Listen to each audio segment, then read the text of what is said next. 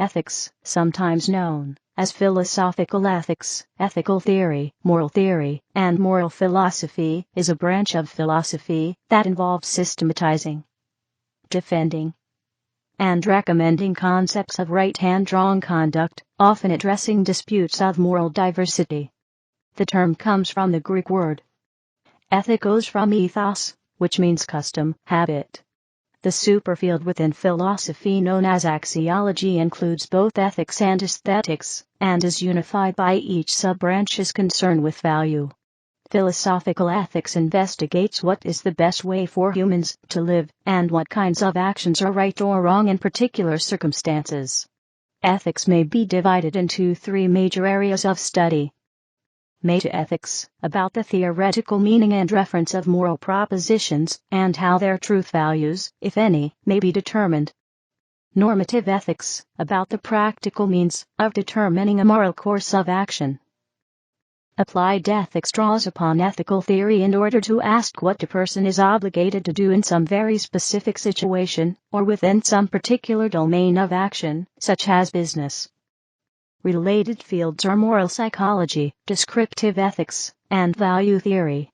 Ethics seeks to resolve questions dealing with human morality concepts such as good and evil, right and wrong, virtue and vice, justice and crime. Defining ethics. The neutrality of this section is disputed.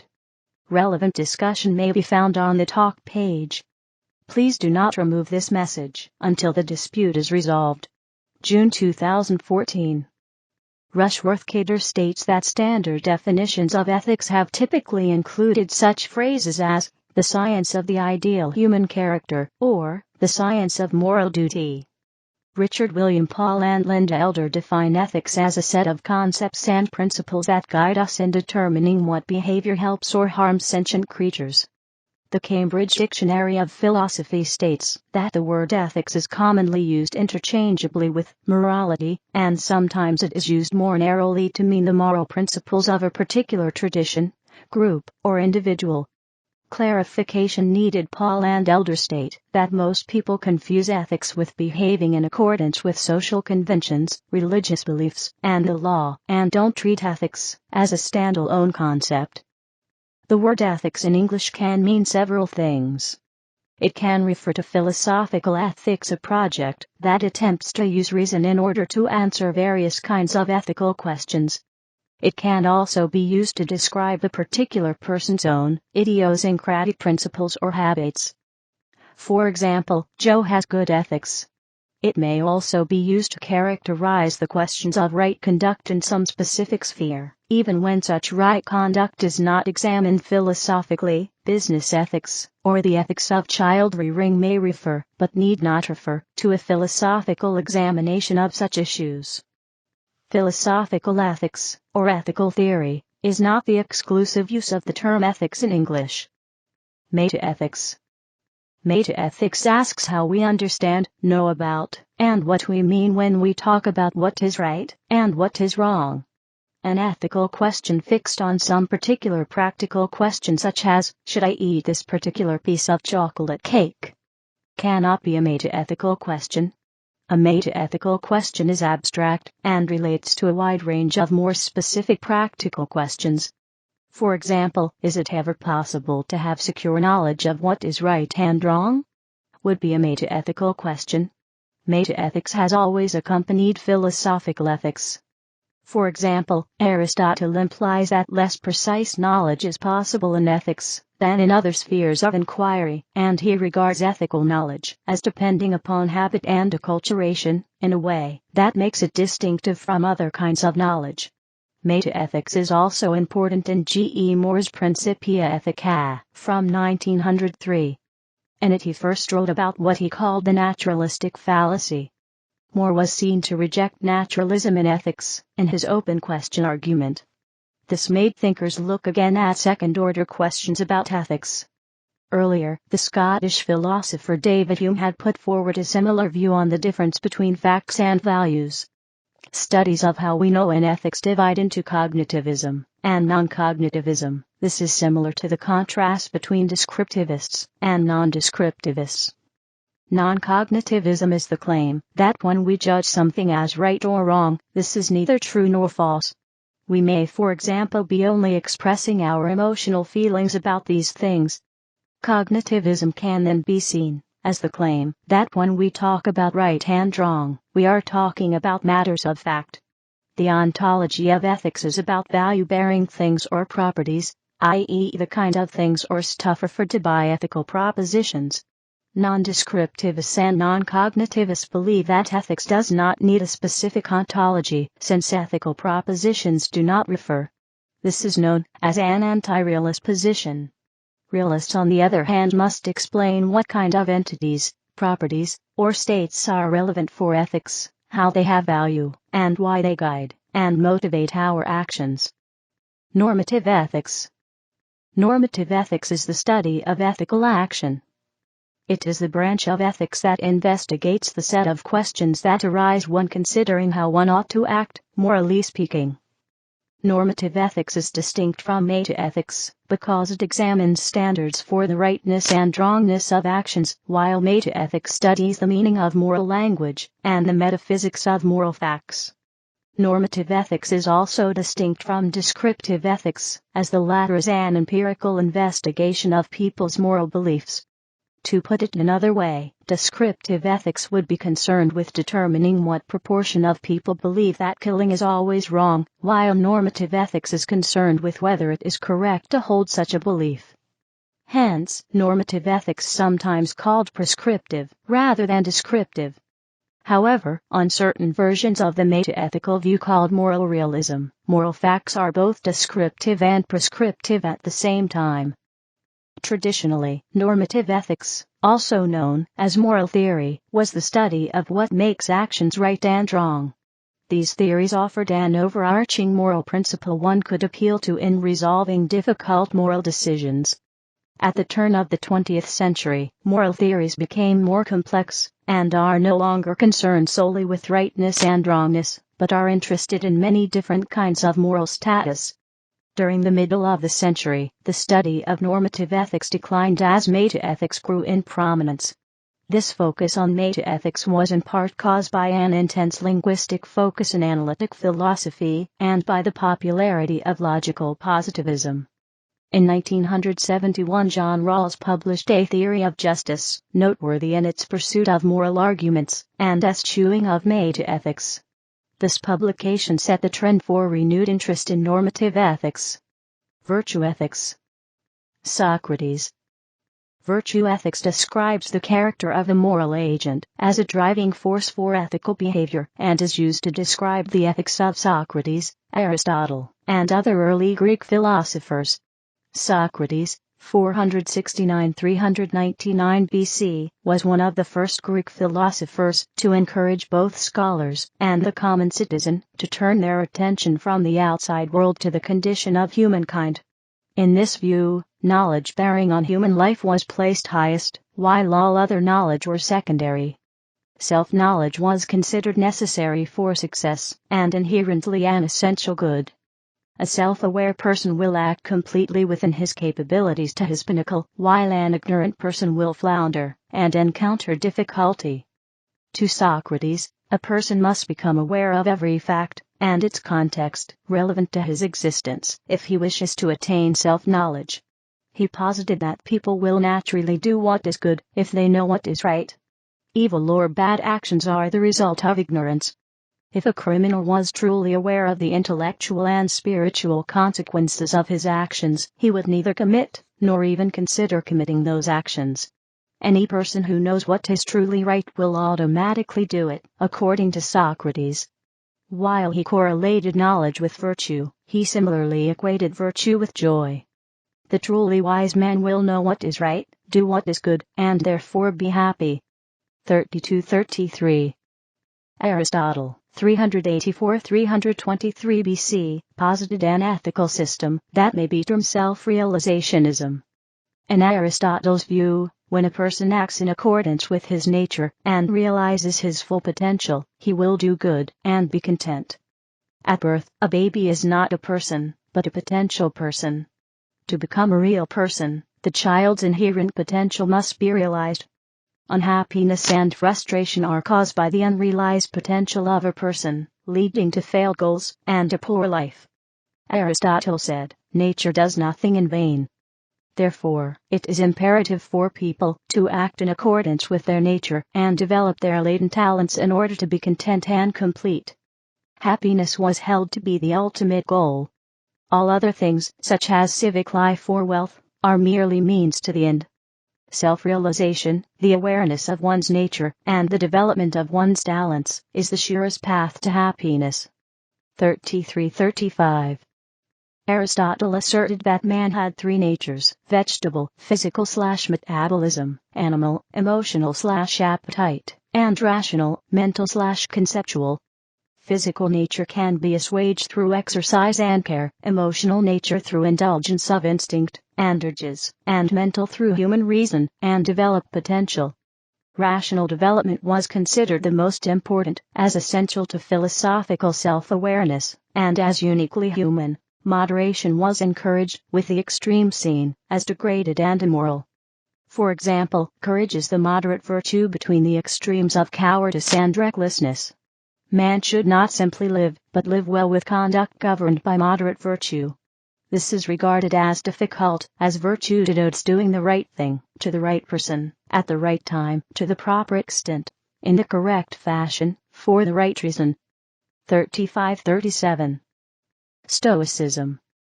The Stoic philosopher Epictetus posited that the greatest good was contentment and serenity.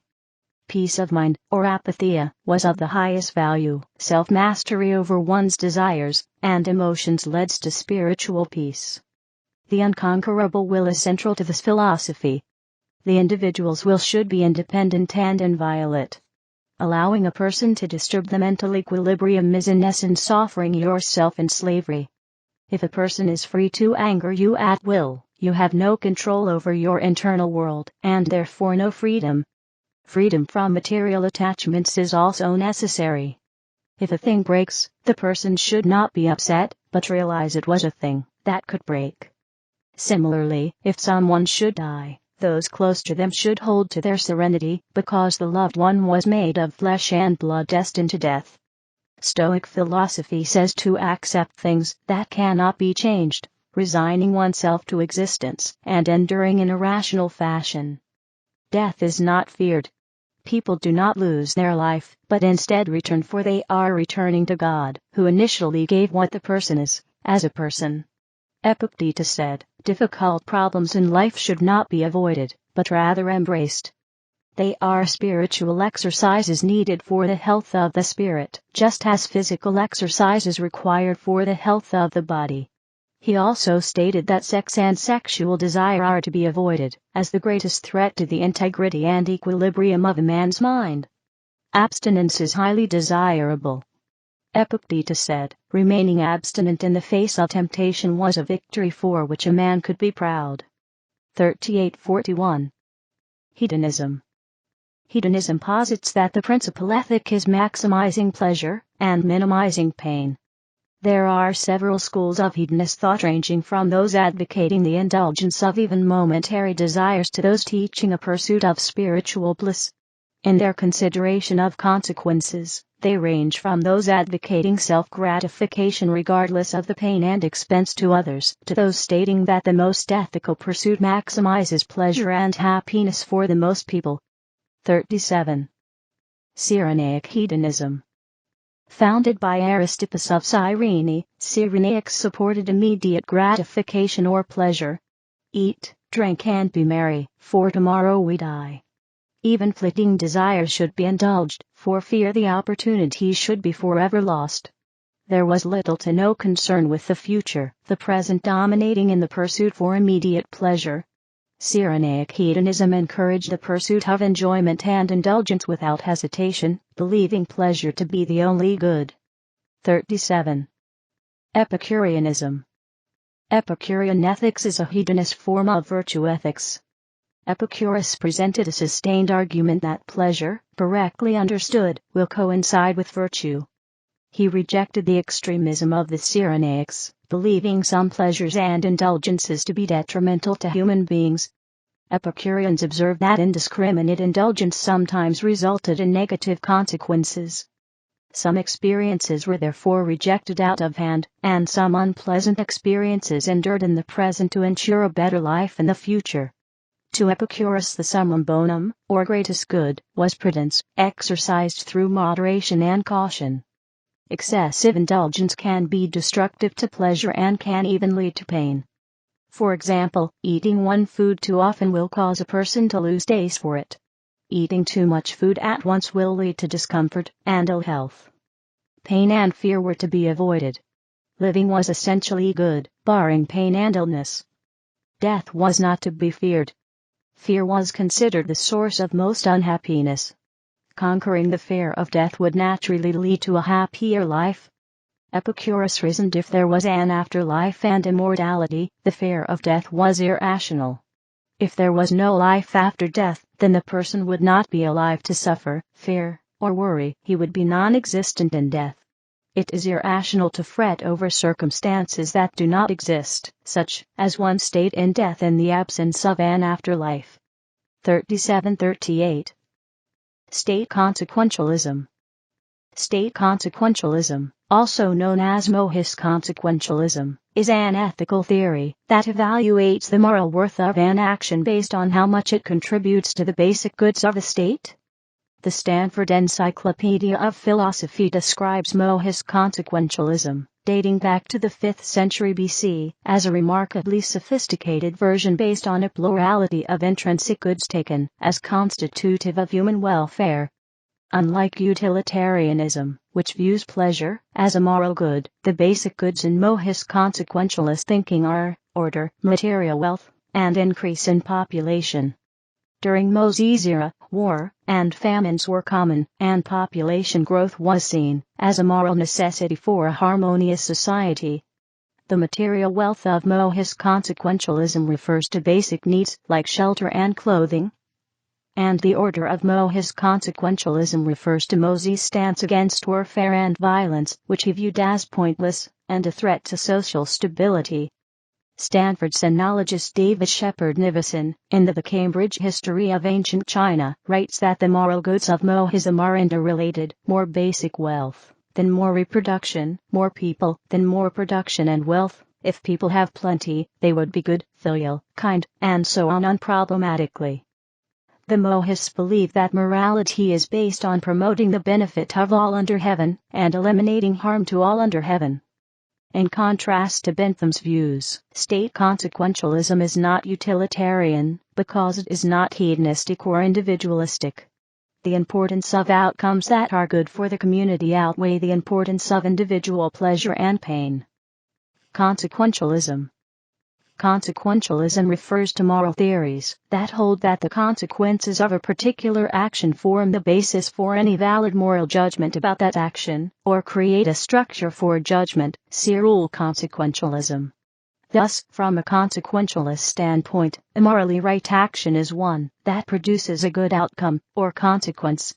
This view is often expressed as the aphorism "the ends justify the means."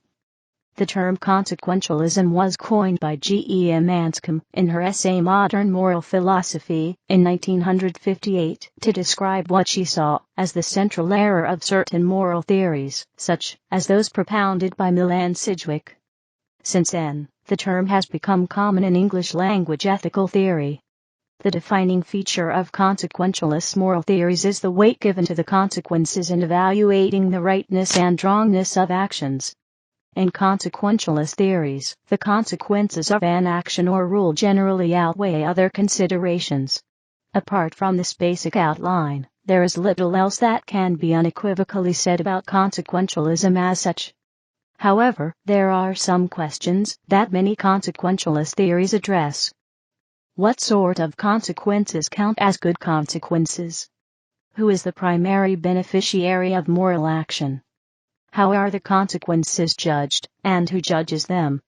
One way to divide various consequentialisms is by the types of consequences that are taken to matter most, that is, which consequences count as good states of affairs. According to utilitarianism, a good action is one that results in an increase in a positive effect, and the best action is one that results in that effect for the greatest number. Closely related is Eudaimonic Consequentialism, according to which a full, flourishing life, which may or may not be the same as enjoying a great deal of pleasure, is the ultimate aim. Similarly, one might adopt an aesthetic consequentialism, in which the ultimate aim is to produce beauty. However, one might fix on non-psychological goods as the relevant effect. Thus, one might pursue an increase in material equality or political liberty instead of something like the more ephemeral pleasure. Other theories adopt a package of several goods, all to be promoted equally. Whether a particular consequentialist theory focuses on a single good or many conflicts and tensions between different good states of affairs are to be expected, and must be adjudicated. Utilitarianism. Utilitarianism is an ethical theory that argues the proper course of action is one that maximizes a positive effect, such as happiness, welfare, or the ability to live according to personal preferences. Jeremy Bentham and John Stuart Mill are influential proponents of this school of thought. In a fragment on government, Bentham says, "It is the greatest happiness of the greatest number that is the measure of right and wrong," and describes this as a fundamental axiom.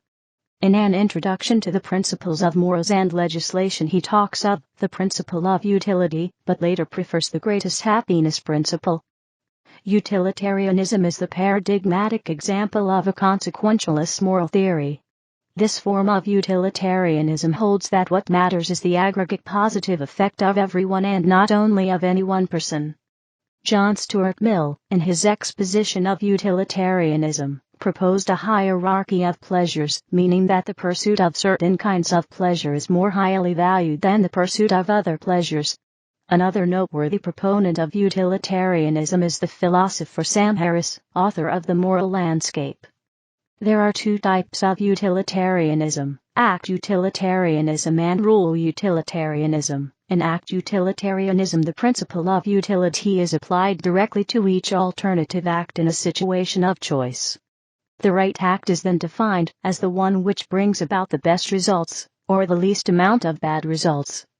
In rule utilitarianism, the principle of utility is used to determine the validity of rules of conduct, moral principles.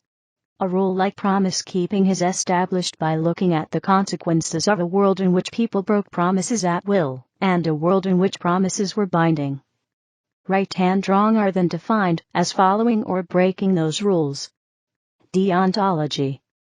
Deontological ethics or deontology, from Greek, deon, obligation, duty, and logia, is an approach to ethics that determines goodness or rightness from examining acts, or the rules and duties that the person doing the act strove to fulfill.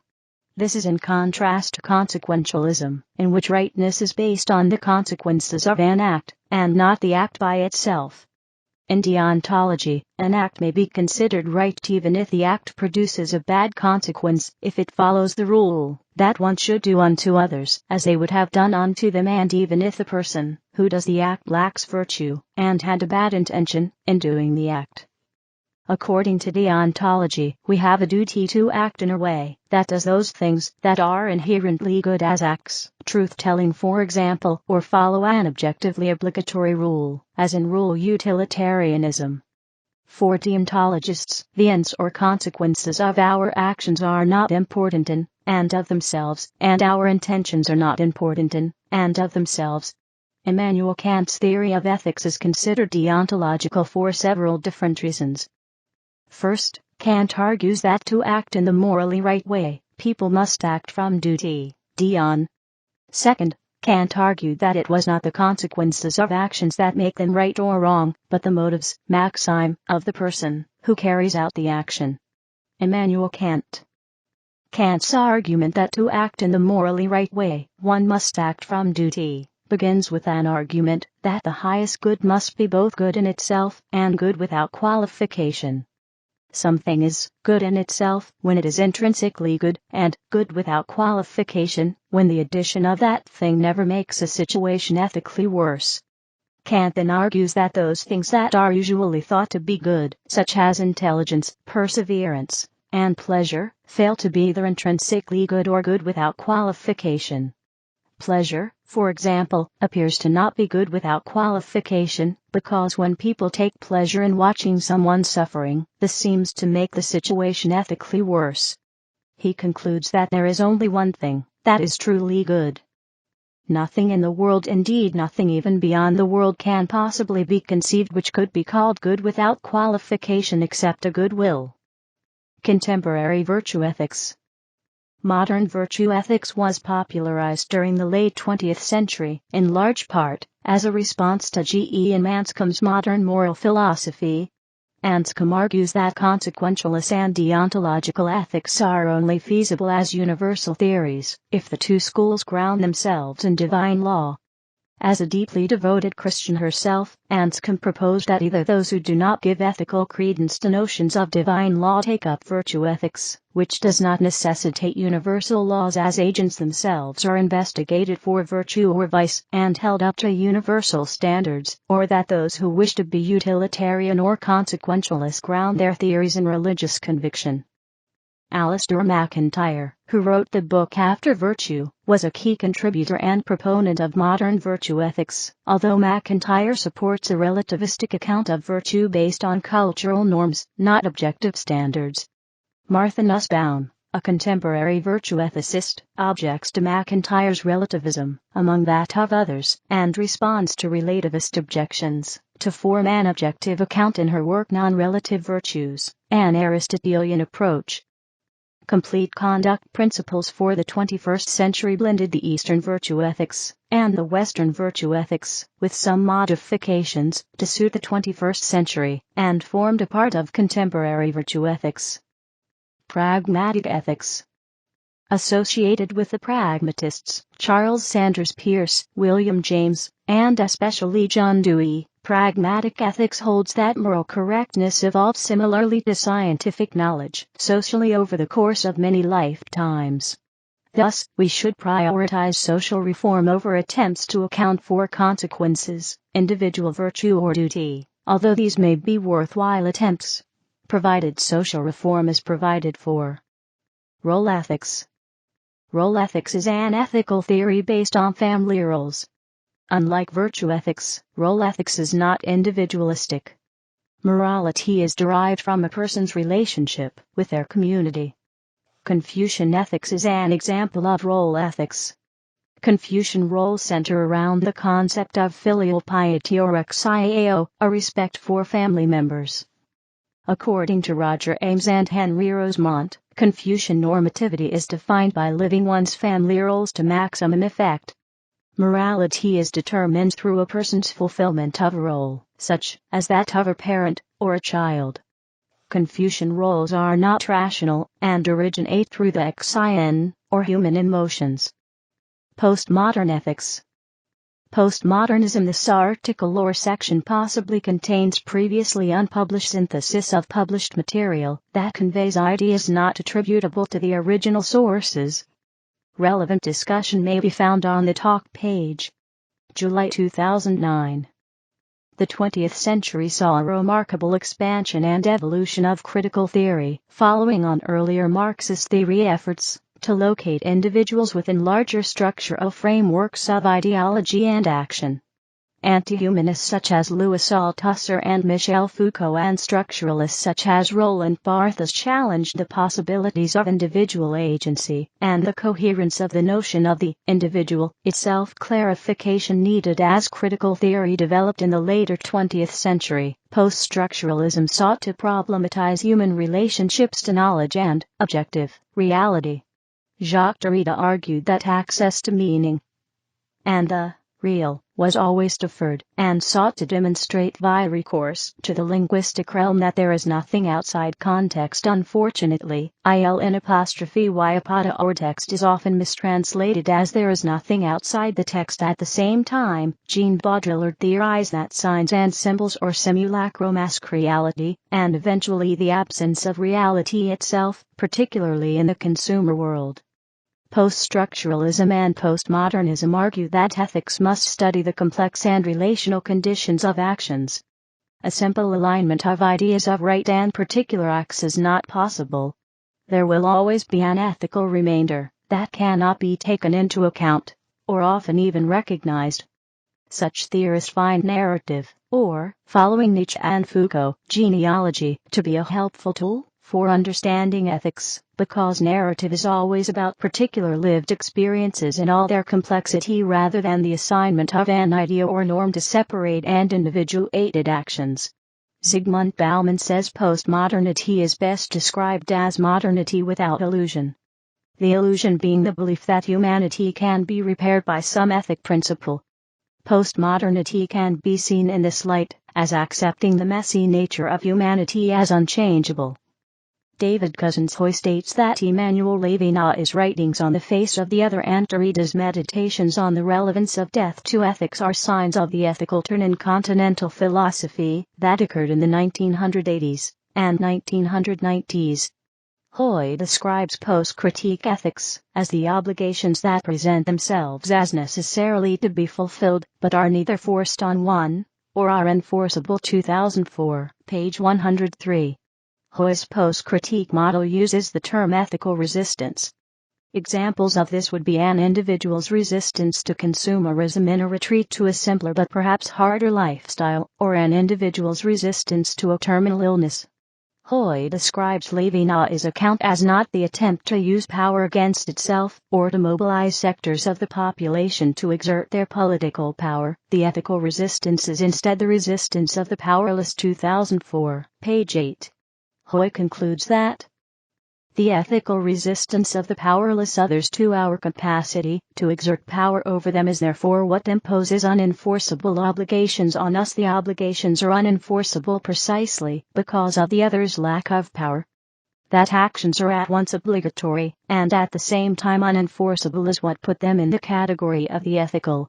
Obligations that were enforced would, by the virtue of the force behind them, not be freely undertaken, and would not be in the realm of the ethical. 2004, p.184. In present-day terms, the powerless may include the unborn, the terminally sick, the aged, the insane, and non-human animals. It is in these areas that ethical action in Hoy's sense will apply. Until legislation or the state apparatus enforces a moral order that addresses the causes of resistance, these issues will remain in the ethical realm. For example, should animal experimentation become illegal in a society, it will no longer be an ethical issue on Hoy's definition. Likewise, 150 years ago, not having a black slave in America would have been an ethical choice.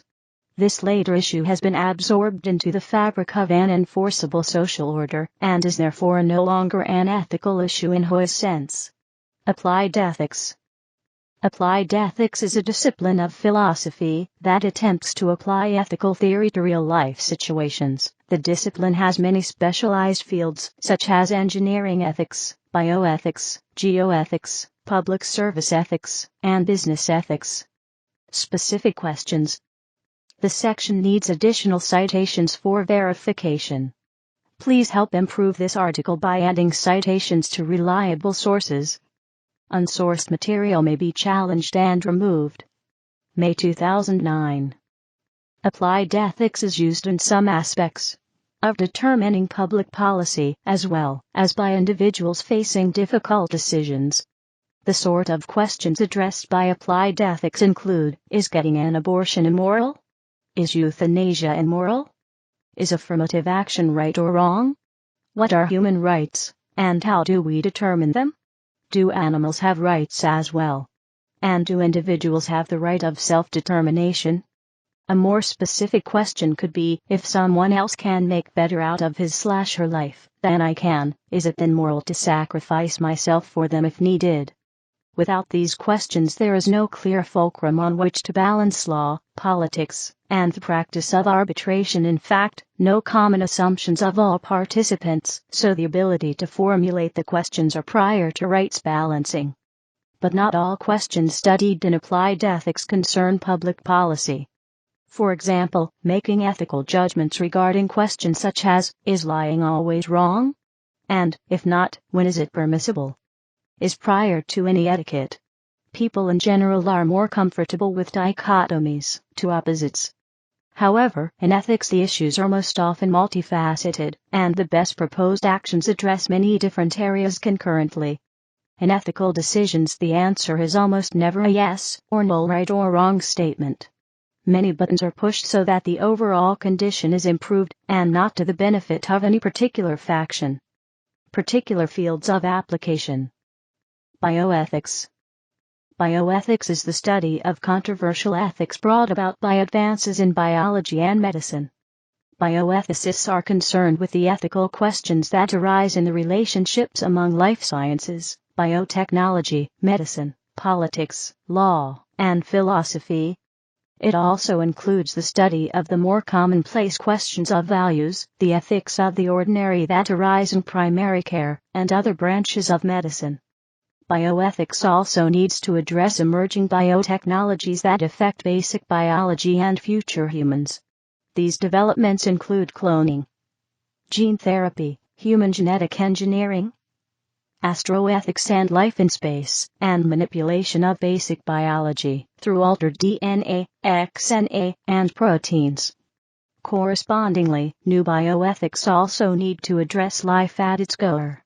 For example, biotic ethics value organic gene/protein life itself and seek to propagate it. With such life-centered principles, ethics may secure a cosmological future for life. Business ethics. Business ethics, also corporate ethics, is a form of applied ethics, or professional ethics, that examines ethical principles and moral or ethical problems that arise in a business environment. It applies to all aspects of business conduct, and is relevant to the conduct of individuals and entire organizations. Business ethics has both normative and descriptive dimensions. As a corporate practice and a career specialization, the field is primarily normative. Academics attempting to understand business behavior employ descriptive methods.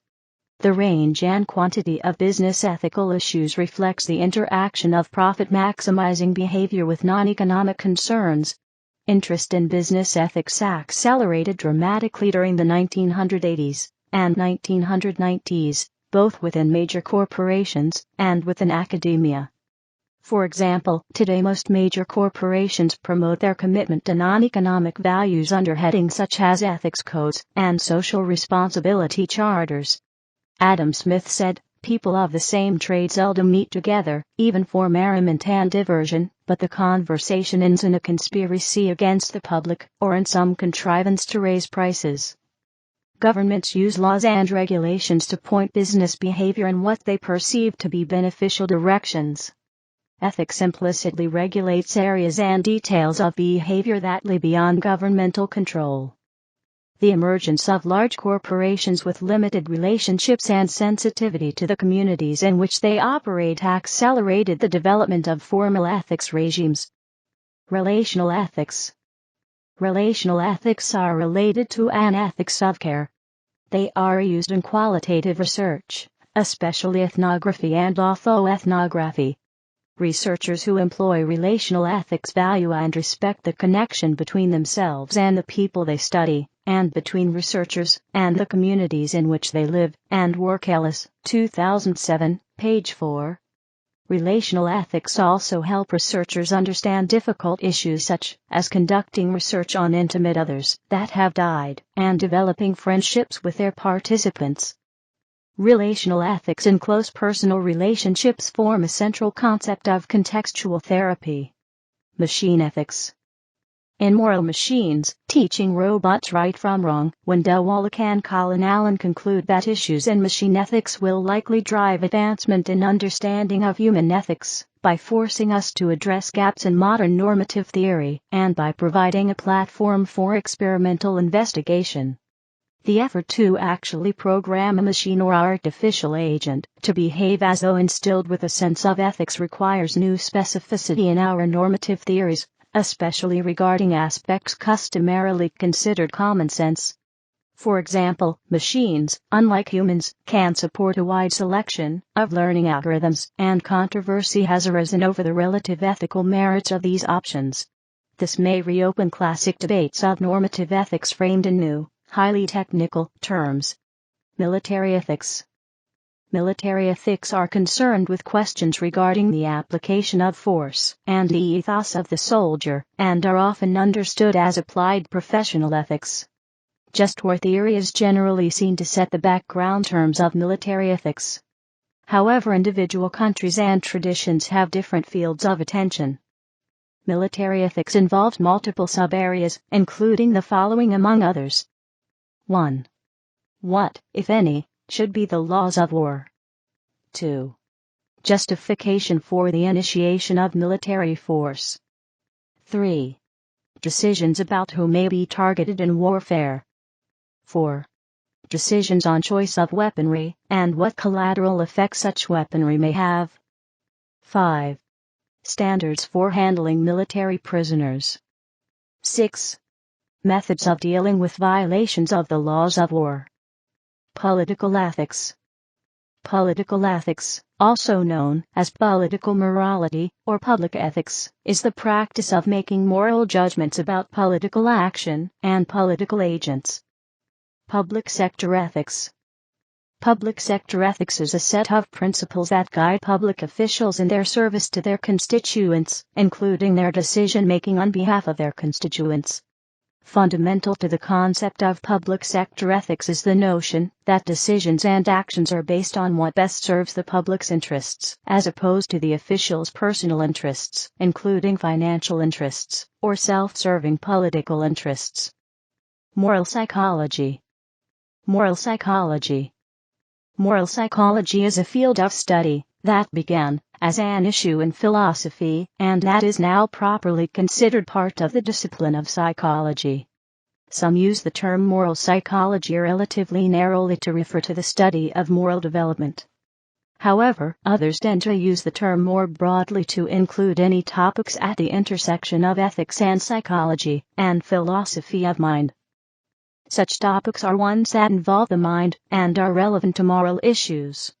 Some of the main topics of the field are moral responsibility, moral development, moral character, especially as related to virtue ethics, altruism, psychological egoism, moral luck, and moral disagreement.